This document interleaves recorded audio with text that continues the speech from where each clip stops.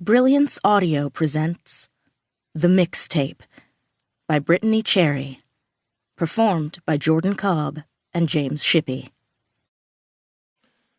I came from a family built of extroverts. Me? Not so much. It didn't bother me any. I was one of those lucky bastards who knew who he was at a very young age. And my family loved me for exactly who I'd always been. I thrived in my introverted ways. If I had a book, a jam-packed playlist, and a dog companion, I was a happy guy. My brother Alex was the complete opposite of me. More like my parents. He flourished at social gatherings. If there was a party, Alex was there on center stage. When it came to having a twin, self-discovery almost seemed impossible because everyone compared you with your literal other half.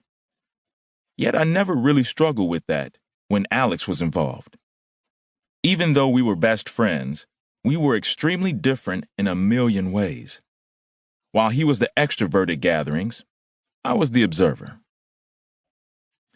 Alex preferred to engage in groups, while I loved to study them from afar. I knew I was a people person, but I worked best with them on a one-to-one basis. Crowds overwhelmed me, because the energy of the space always felt chaotic. Even though my brother and I never fell victim to thinking we were less than one another, the world had its own opinions of us both. Alex and I were a musician duo, Alex and Oliver, who'd found more success than we probably deserved. With every pair of siblings in the spotlight, there was one who people preferred over the other. It was even worse with twins. People loved to compare us all the time in the media, from our looks and our personalities to the way we dressed and handled interviews. Alex was extremely charismatic through and through.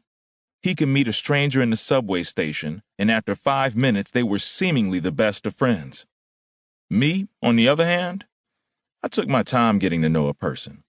I didn't open up right away, which sometimes made me appear cold. It was truly the opposite, though. I wanted to know what made a person tick. What's for breakfast? I scrounged through the cabinets in search of something, anything to make for Reese. We used our last eggs and sausage links for dinner last night, and we wiped the side of the peanut butter jar nicely with a spatula to have an after-dinner snack while we read books from the library. Think, Emery. I pulled out a loaf of bread along with an almost emptied jar of jelly and set it down on the countertop. We had one piece of bread left in the loaf, along with the 2 end pieces, though Reese refused to eat the end pieces, no matter how much jelly I'd slap against them. "That's not real bread, Mom," she'd argue again and again. "Those are the butt ends. That's what the birds by the lake eat."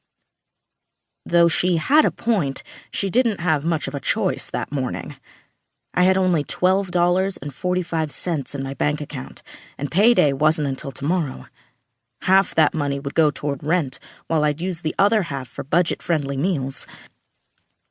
We didn't have much wiggle room in our lives at the moment, since I'd lost my one job at the hotel as a line cook. Ever since then, I'd been working nights at a sporadically busy hole-in-the-wall bar called Seven. Needless to say, the job hadn't been pulling in the money much, and I was still waiting to hear back from the unemployment office about income from losing my job. I took out a knife and shaved off as much of the butt end as I could to make it look like a normal piece of bread. Then I covered it with grape jelly. "Reese, breakfast," I called out. She hurried out of her room and came rushing to the kitchen table. As she slid into her chair, she wrinkled up her nose and grumbled. "This is the end piece, Mom," she sassed, completely unimpressed by my gourmet meal. "Sorry, kiddo." I walked over and messed up her wavy charcoal hair. "Things are a bit tight this week." "Things are always tight," she groaned, taking a bite before tossing the rest of the sandwich down on the plate. "Hey, Mama?" "Yes, sweetie?" "Are we poor?"